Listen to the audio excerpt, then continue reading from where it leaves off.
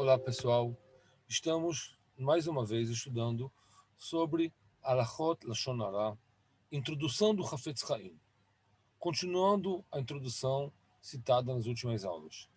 E quando nos aprofundamos nisso, perceberemos que este assunto é muito mais grave do que pensamos, pois não somente que esse pecado é criminal por si só, mas ainda aumenta os desposos em todos os mundos e escurece e diminui suas iluminações, uma vez que acostumam certas pessoas a não tomar cuidado de não transgredir essa proibição. E, portanto, essa conexão é multiplicada várias centenas de milhares de vezes em suas vidas, pois mesmo uma pequena transgressão, quando se multiplica muitas vezes, é feita como a espessura da corda que puxa a carroça, conforme o gritado pelo profeta Yeshayahu, capítulo 5, Passuco 18. É a parábola do fio da seda.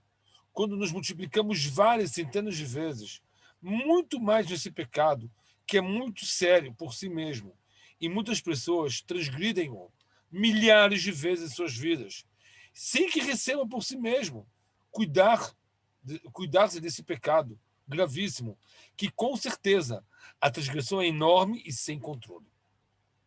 E pensei em saber disso, diz o Hafetz Haim, por qual motivo esse pecado ficou tão abandonado perante muitas pessoas? E eu vi que era de alguns motivos, da parte dos estudantes da Torá, por um lado, e da parte da maioria do povo, da massa, por outro lado. As massas nem sabem que a calúnia é realmente proibida, mesmo em caso que se trata de caso verídico. E, na verdade, Lashon Hara é principalmente somente quando há caso verídico.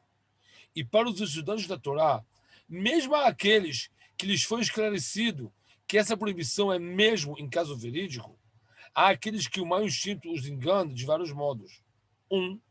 Muito rapidamente, o mau instinto, etc., faz com que essa pessoa pense que a pessoa que está falando sobre ele é um dos perversos que a permissão de falar relacionar sobre ele. 2, o mau instinto faz que a pessoa ache que tal caso é um dos casos permitidos de falar relacionar, como, por exemplo, perante outras pessoas ou perante a própria pessoa que falar relacionar sobre ele. Ou, às vezes, o mau instinto faz com que a pessoa pense que isso não é considerado Lashon Hara, pois todos já comentam e falam sobre isso. Em geral, o mau instinto, o Yetzer Hara, faz com que a pessoa pense que tal assunto não é considerado Lashon Hara, ou que tal pessoa não há proibição de falar sobre ela Lashon Hara. E caso o mau instinto que perceba que ele não vencerá as pessoas desse modo, ele simplesmente põe a fronte da batalha em outra posição, fazendo com que a pessoa pense que qualquer tipo de conversa é considerada como Lashon Hara, a tal ponto que essa pessoa não abrirá sua boca para nenhuma conversa e provavelmente ficará calado o tempo inteiro. Fato que implica que somente afastando de todas as pessoas pode viver. Isso é comparado a que a serpente seduziu a Adam Arishon de comer da árvore da sabedoria, dizendo a ele que caso não comesse dessa árvore, não deveria comer de nenhuma árvore. Além disso, muitas pessoas desconhecem a questão de não aceitar a difamação, que não deve ser acreditada nem sequer no coração. E sim, a pessoa deve suspeitar que pode ser algo, conforme consta no Talmud Nidá 61. E muitas outras coisas, como a aceitação da difamação e das fofocas, que não podem ser esclarecidas nessa introdução. E tais pessoas não sabem como consertar a transgressão, caso haja passado por ela diversas e várias vezes. Por esses motivos e outros, esse assunto entrou em colapso total, pois, de qualquer forma, o homem está habitado em falar de vez em quando tudo o que há na sua boca, sem verificar caso essas palavras entram ou não nas definições dessa mitzvah, desse pecado.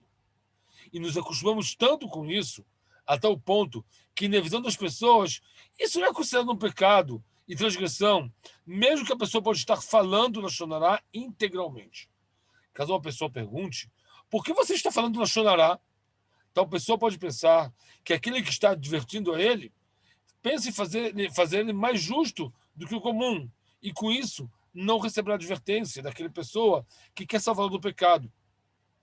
Todos esses motivos são colocados em prática pela razão que não há nenhum compilado dessas alahot de Lashon Hará, de calúnias, que esclarece em todos os mínimos detalhes essas proibições em todas as suas regras e detalhes.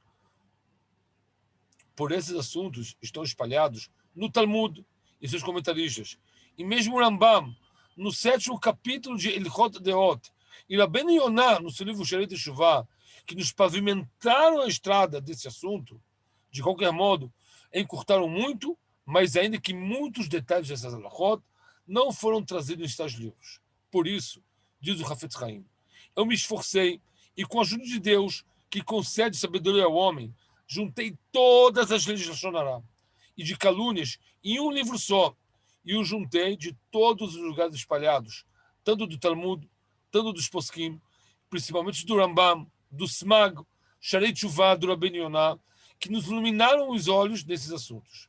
Dividi o livro em 2 partes, diz o Hafetz Haim. 1. Proibições de difamação, Lashon Hará. 2. Leis das fofocas proibidas, Rechilut.